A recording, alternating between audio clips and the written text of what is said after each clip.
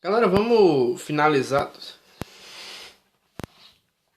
Vamos finalizar, ó, vamos dar continuidade, né? A Constituição de 1937, né? Em 1937 você precisa de uma nova Constituição. Aquela Constituição lá de 1934, ela era uma Constituição democrática, ela era uma Constituição onde o Congresso existia. Lembre que quando Getúlio dá o golpe aí em 37, quando ele cria o Plano Cohen, ele fecha o Congresso. Então não dá mais para você aplicar aquela Constituição anterior. Você precisa criar uma nova Constituição. Essa nova Constituição é a Constituição de 1937, né? Vamos para ela aqui, página 83, certo? Você tem aqui, para legitimar o poder do Estado Novo, Vargas outorgou uma nova Constituição. Gente, o que é outorgar uma Constituição? Outorgar é impor, né? Não é uma Constituição discutida, debatida, como foi a de 34, né? É uma Constituição imposta, né? Assim como foi a nossa primeira Constituição, a Constituição de 1824. Então essa Constituição de 1937, ela também é outorgada. Quando ela é imposta, a gente diz que ela é outorgada, certo? Foi escrito nos moldes das constituições fascistas, olha aí, olha, como a da Polônia, do ditador Józef é um nomezinho bonito, Piłsudski.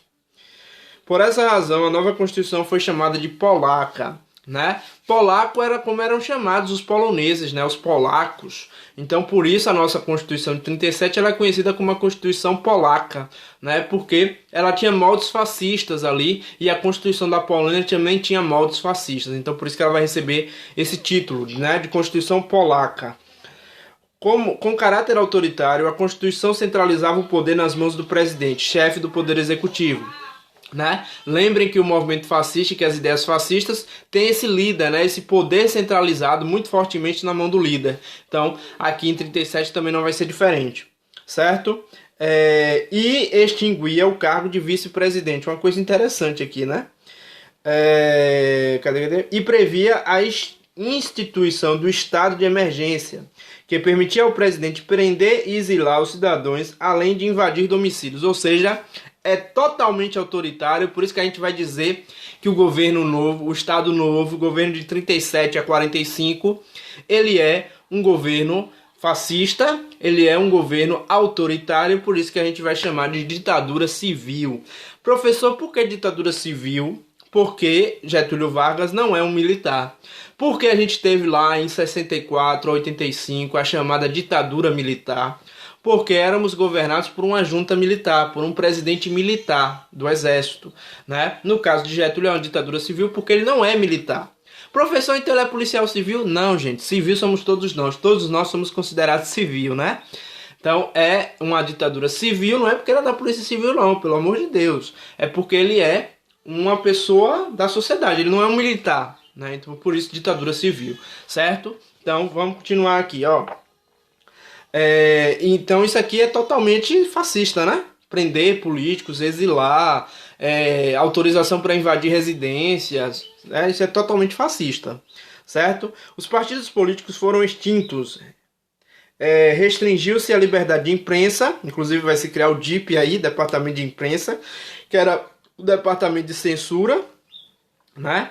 E as greves e manifestações públicas contrárias ao governo, ou seja, quando você proíbe greve também é uma atitude fascista. A greve é um direito constitucional dos trabalhadores, né? A greve é um direito constitucional dos trabalhadores. Então, quando você proíbe as greves, é também uma atitude fascista. Proibir greves, proibir manifestações contrárias ao governo, né? Tudo isso é atitudes fascistas, né? Os governantes passaram a ser nomeados pelo presidente. Outra coisa aí, né? Os governadores de cada estado eram nomeados pelo presidente. Isso é totalmente fascista, né? Inclusive no início lá também, Getúlio fez isso no primeiro governo dele, no governo provisório, né? Ele nomeava interventores, né? Inclusive isso deu problema lá com São Paulo também, por conta desses interventores, né?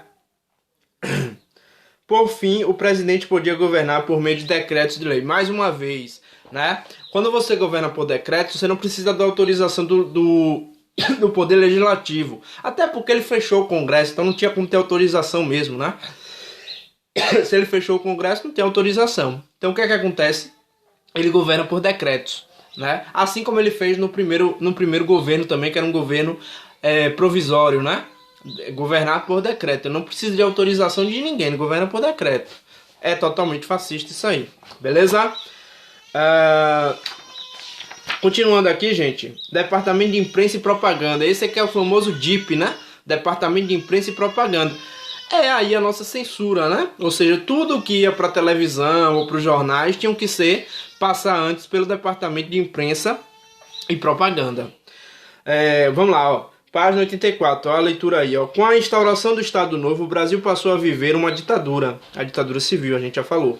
A imprensa, de modo geral, foi mantida sob censura, né? Também característica de governo autoritário, censura, né? O Departamento de Imprensa e Propaganda, o DIP, foi criado com o intuito de promover promover o governo e seu líder. Outra coisa importante, a propaganda, muito utilizada pelos governantes autoritários, a propaganda dos governos, né? Essa propaganda dos governos, muito utilizada pelos governantes autoritários, né? Como Hitler fez muito, como Mussolini fez bastante. Getúlio vai usar muito no Estado Novo do Brasil. É a propaganda, né? Vai inclusive criar aí a Hora do Brasil, que hoje se chama a Voz do Brasil.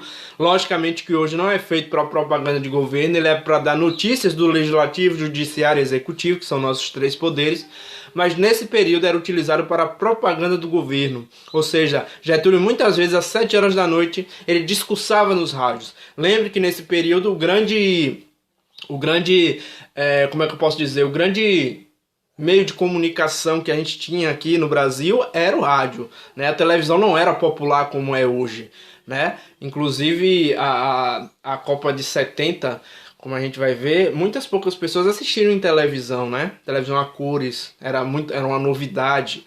Ou seja, a televisão ela vai passar a ser popular mesmo a partir da década de 80, onde ela vai ter uma difusão maior. Mas até lá o rádio era o principal meio de comunicação dos brasileiros, as radionovelas. Então Getúlio usou muito a questão do rádio, tanto aí criando a Voz do Brasil, a Hora do Brasil naquela época se transformou em a Voz do Brasil, né? Além de produzir propaganda governamental, o DIP também servia como aparelho repressor, determinando o que podia ser divulgado pela imprensa. Ou seja, a censura é isso, né? É um instituto é um departamento de investigação. Além de propaganda do governo, de fazer aquela propaganda de que o governo era popular, né? É também uma forma de você reprimir a imprensa. Tudo que ia para a imprensa tinha que passar pelo DIP, pelo Departamento de Imprensa e Propaganda.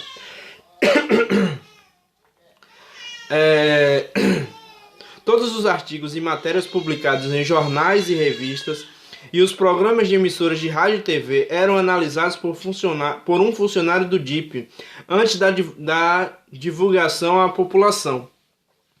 O DIP também era responsável pela difusão da ideologia do novo regime e pela criação de uma identidade nacional, reduzindo assim as especificidades regionais. Ou seja, essa questão de identidade nacional, que é uma questão do Brasil até hoje, né? De se criar uma identidade nacional, mas só que essa identidade nacional ela tem que levar em consideração o regionalismo, né? Os regionalismos no Brasil eles são muito importantes, então você não pode deixar de levar em consideração os regionalismos do Brasil, né? E o governo de Getúlio tentou fazer isso, criar uma identidade nacional sem levar em conta o regionalismo de cada estado, de cada local do Brasil, né?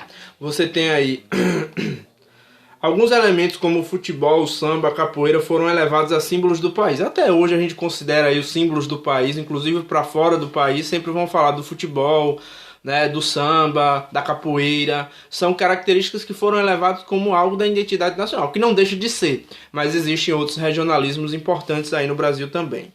A repressão ideológica e cultural era feita pela polícia política, cujos atos de extrema violência, incluindo a tortura, eram institucionalizados, que é uma característica fascista, né?